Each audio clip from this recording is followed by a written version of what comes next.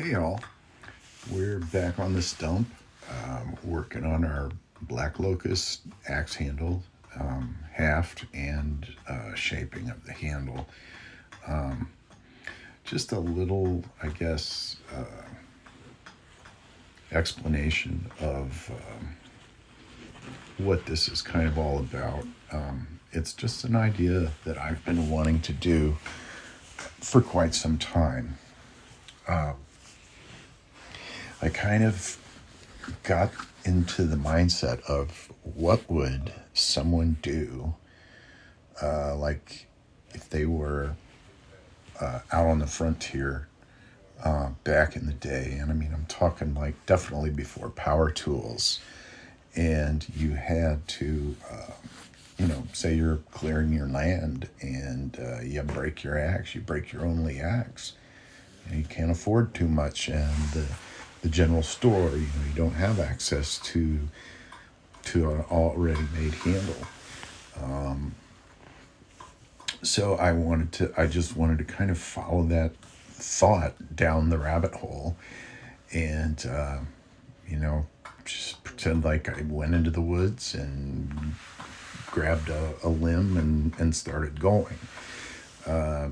Now, the only thing I had in log form was this black locust, and it was dry. So typically, it would probably be green unless you had enough foresight to dry some logs in your barn.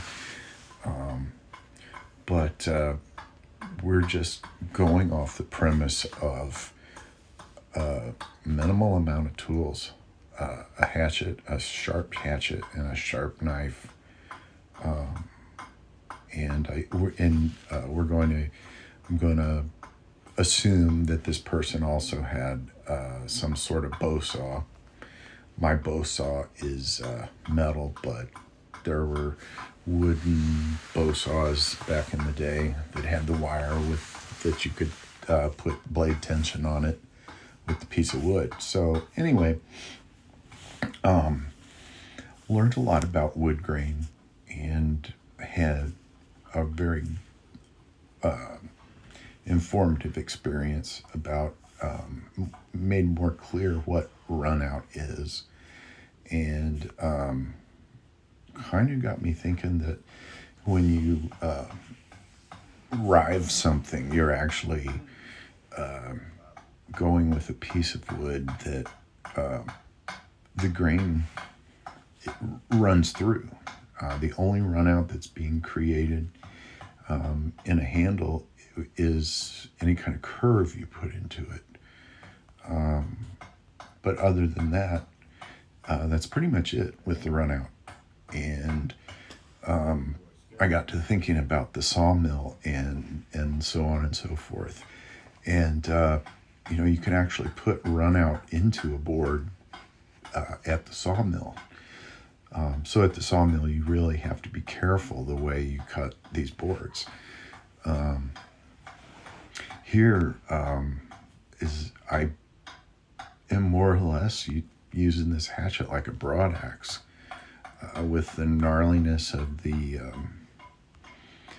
black locust. This seemed to cut the best in certain situations when you're trying to thin the handle.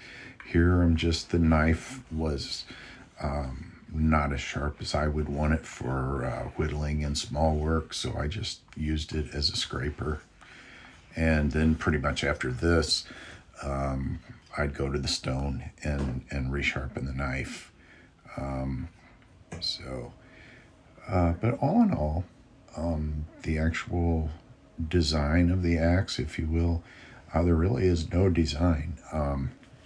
I went with what the actual billet, the shape of the billet.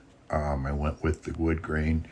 There's parts of the handle where there's some indentation where a branch was and the wood grain grew around it.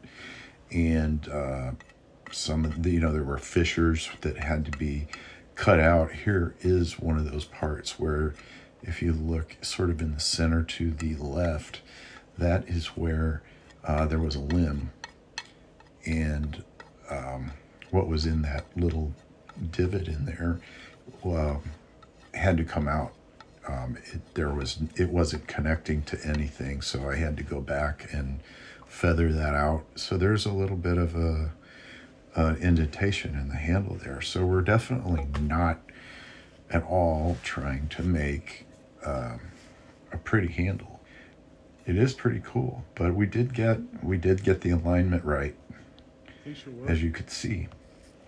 So really all we have to do is wedge it and get it out on the stump and see how she goes. It feels very strong.